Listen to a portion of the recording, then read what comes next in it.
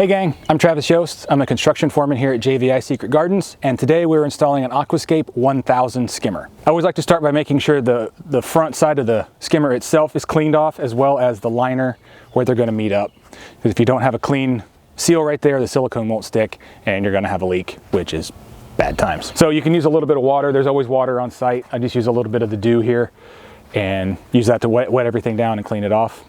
One of the cool features of the 1000, why it's actually, I try to use it almost exclusively, is the adjustable weir flap. This lets you adjust if you say where you go to put in your skimmer, you're not able to hit your optimum depth because here in Tennessee we have limestone as a problem. So if you have to set your skimmer physically higher, you can still achieve you can still achieve the proper water level by adjusting the skimmer flap up or down. Typically we don't have that problem, but it's a nice feature to have.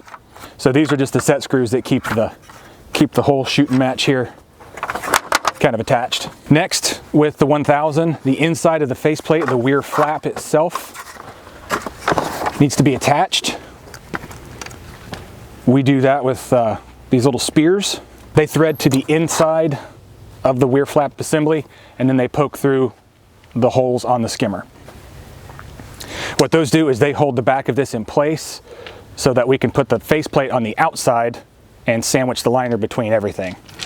That way we don't have to have somebody back in there holding it.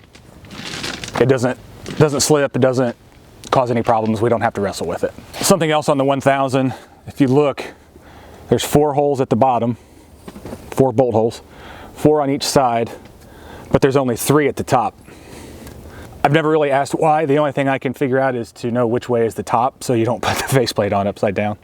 Next, we're going to put the bead of silicone around to cover all the holes. Now, I was always taught, and the way I always do it is I put the silicone directly over the holes. That way when the screws go through, it puts a little blob of silicone on the backside and keeps them protected. This particular install, I'm sure you can tell, I don't know if you can see my breath or not, but it's a little chilly. The silicone likes to be warm. And it was about 36 degrees when we got started this morning. So I took the Aquascape silicone and I just put it in my sweatshirt pocket and worked for about an hour to get that temperature up, plenty warm.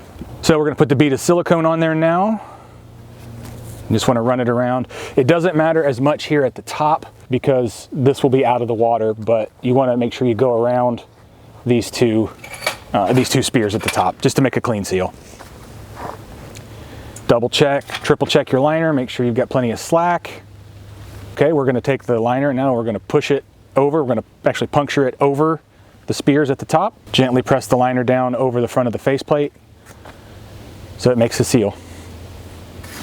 Next, I like to take this little screwdriver and poke through the front of the liner just to make a kind of a pilot hole for the bolts when I go in there. Get your Aquascape bolts here. So I'll punch through the liner. The faceplate will guide me, so I'll punch through right here, kind of hold it in place, and then get my screw started, and then tighten it on down. And I kind of do this like you do with a tire on the faceplate. You'll have your spears in up here, right? So I'll start like here, and I'll mostly tighten all these bolts down, and then get everything, take the spikes out of the top, get everything roughly tightened down, and then go back and put enough extra little quarter turn on there to make sure everything's tightened.